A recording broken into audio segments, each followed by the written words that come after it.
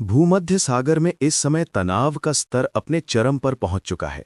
भारत और तुर्की के बीच अब नाटो की तीसरी एंट्री ने पूरी दुनिया की नज़रें इस क्षेत्र पर टिका दी हैं। यहां से लेकर तुर्की के मीडिया हाउस और अमेरिका के व्हाइट हाउस तक हर कोई इस समय भूमध्य सागर की हर हलचल पर नज़र बनाए हुए है। जो तुर्की कल तक खुद को समुद्र की सबसे ताकतवर शक्ति समझकर भारत को धमकियां दे रहा था, अब वही तुर्की इस पूरे घटनाक्रम में फंसता नजर आ रहा है। असल में नाटो की एंट्री ने पूरी दुनिया का परिदृश्य ही बदल दिया है। पिछले 24 घंटों में जैसे ही नाटो ने भूमध्य सागर में कदम रखा, वहां की हवा का रुख पूरी तरह बदल गया। अब केवल भारत ही नहीं, बल्कि तुर्की के लिए भी हाल वही हो गया है जो पहले भारत के लिए तुर्की बनाने की कोशिश कर रहा था।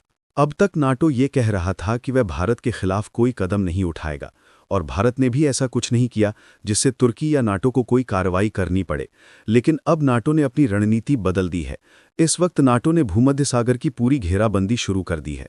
वास्तव में नाटो के लगभग 150 युद्धपोत इस समय वहां मौजूद हैं।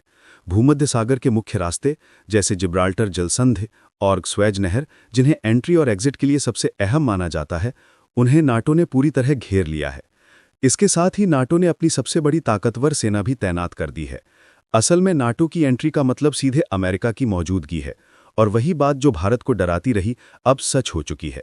तुर्की ने अपने बचाव के लिए इस मामले को वैश्विक बना दिया, और नाटो की एंट्री ने उसके इरादे भी साफ कर दिए हैं। इस समय जो खबर सामने आ रही है वो अब तक की सबसे अहम खबर बन चुकी है। युद्धपोत लगातार आमने सामने बढ़ते नजर आ रहे हैं। स्थिति चरम पर है। एक तरफ तुर्की, दूसरी तरफ भारत और तीसरी तरफ नाटो, तीनों आमने सामने हैं। तुर्की को लगा था कि नाटो उसके साथ होगा, लेकिन अब स्थिति ऐसी बन गई है कि कोई भी किसी के साथ नहीं है। ना नाटो भारत के साथ है, ना ही तुर्की के साथ, बल्कि नाटो ने अपना नया एजेंडा शुरू कर दिया है जो भूमध्य सागर में पूरी दुनिया को चौंका रहा है। भारत ने इस पर बहुत बड़ा कदम उठाया है। भारत की तरफ से अब तक की सबसे बड़ी सामरिक शक्ति को भूमध्य सागर में उतारने का फैसला किया गया है। इसी वीडियो में हम आपको बताएंगे। इसी चैनल पर बने रहिए, वीडियो को लाइक करें, और अगर अभी तक सब्सक्राइब नहीं किया है तो चैनल सब्सक्राइब कर लें और बेल आइकन दबा दें ताकि खबरें आप तक सबसे पहले पहुंचें। दोस्तों, भारत ने इस वक्त न केवल अपनी कूटनीतिक क्षमता दिखाई है, बल्कि अपनी सामरिक शक्ति का भी सबसे बड़ा प्रदर्शन भूमध्य सागर में शुरू कर दिया है। दुनिया सोच रही थी कि नाटो की एंट्री के बाद भारत पीछे हट जाएगा और अपने युद्धपोतों को वापस ले जाएगा, लेकिन भारत ने ऐसा नहीं किया। भारत की इस चाल ने पूरी दुनिया को चौंका दिया। कमेंट बॉक्स में भारत की उपलब्धि के लिए एक जय हिंद तो बनता ही है। दोस्तों, आप सभी से अनुरोध है कि जिस भी शहर या जगह से आप वीडियो देख रहे हैं उसका नाम कमेंट बॉक्स में लिखें।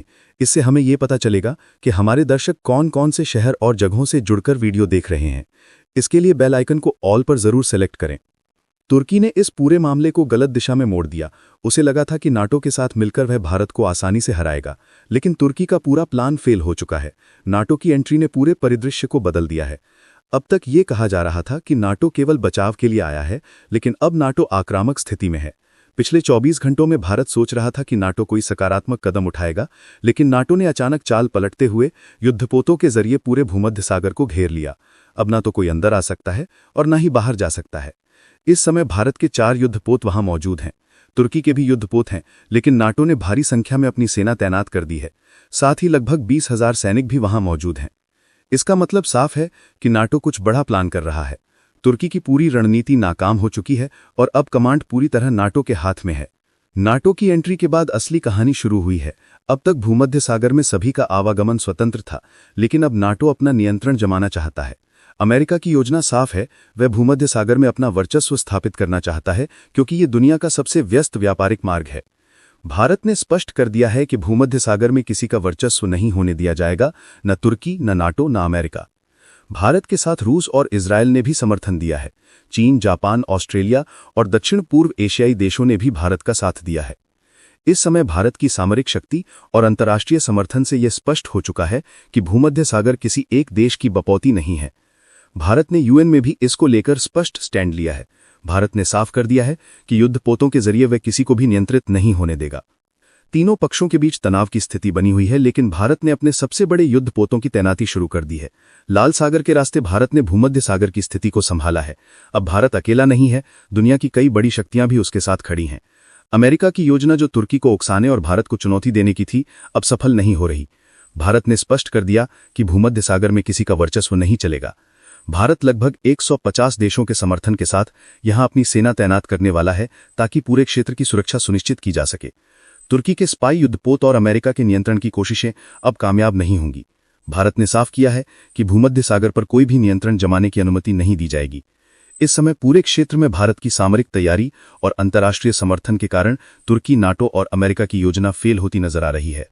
दोस्तों, आप कमेंट बॉक्स में बताएं कि भारत की इस रणनीति के बारे में आपकी क्या राय है। क्या भारत को आगे भी अपनी सेना उतारनी चाहिए? अगर हाँ, तो चैनल पर जरूर लिखें। वीडियो को लाइक करें, चैनल सब्सक्राइब करें और बेल आइकन दबाना ना भूलें। जय हिंद, जय भारत दोस्तों।